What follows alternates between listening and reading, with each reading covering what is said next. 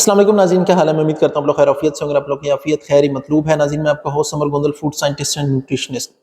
ناظرین، آج آپ کو ریزنز، کشمش کھانے کے کچھ فوائد بتانے ہیں۔ اس کے اندر جو سب سے امپورٹنٹ بات ہے وہ یہ ہے کہ یہ آپ نے کھانی کس چیز کے ساتھ ہے اور کتنی مقدار میں کھانی ہے اور کس وقت کھانی ہے۔ تو ناظرین، وقت کو ضائع نہیں کرتے، ٹاپک کو سٹارٹ کرتے ہیں۔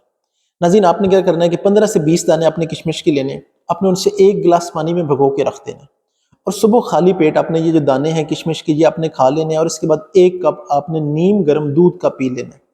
اس سے ناظرین جو آپ کو 3 فائدے حاصل ہونے والے ہیں وہ کون سے ہیں؟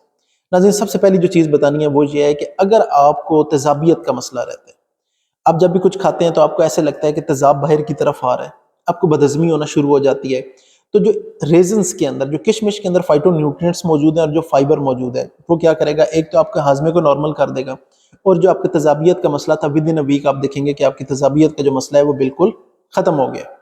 اب آ جاتے ہیں ناظرین اس کے دوسرے فائدے کی طرف۔ ناظرین، جو دوسرا فائدہ ہے اس کا جو ایویڈنس ہے میں آپ کے ساتھ شیئر کر دیتا ہوں۔ امریکن کالج آف کارڈیولوجی کیا بتاتا ہے؟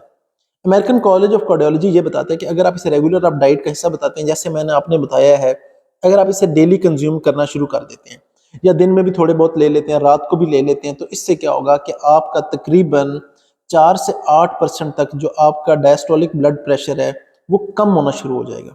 اس کا کیا مطلب ہے کہ جو آپ کا اوپر والا بلڈ پریشر ہے وہ اگر 130 سے 140 رہتا ہے، اگر 130 تھا تو 120 ہو جائے گا، 140 تھا تو 130 ہو جائے گا، 10 پوائنٹ وہ آپ کا کم ہو جائے گا۔ اس کا جو ریلیونٹ سائنٹیفک ایویڈنس ہے وہ میں ساتھ اٹیچ کر دیتا ہوں تاکہ وہ آپ خود دیکھ لیں۔ ناظرین، تیسری چیز آ جاتی ہے کہ وہ لوگ جن میں خون کی کمی ہے، خاص طور پہ جیسے کہ پریگننٹ لیڈیز آ جاتی ہیں یا کوئی بھی بچے ہیں جن میں آپ کو لگتا ہے خون کی کمی ہے، تو ان کے لیے آپ نے کیا کرنا ہے؟ بہت آسان سی بات ہے، وہ کیا ہے؟ آپ بچوں کا ناخن دبائیں گے اور اگر آپ دیکھتے ہیں کہ وہ جو ہے وہ پیلے رنگ کا ہونا شروع ہو جاتا ہے، سرخ نہیں ہوتا اس کے فوراً بعد، تو آپ کو اس سے اندازہ ہو جائے گا بچوں میں خون کی کمی ہے۔ تو اگر آپ انہیں اسے ریگولر دیتے ہیں تو اس کا آپ کو کیا فائدہ ہونے والا ہے؟ میں آپ کو بتاتا ہوں۔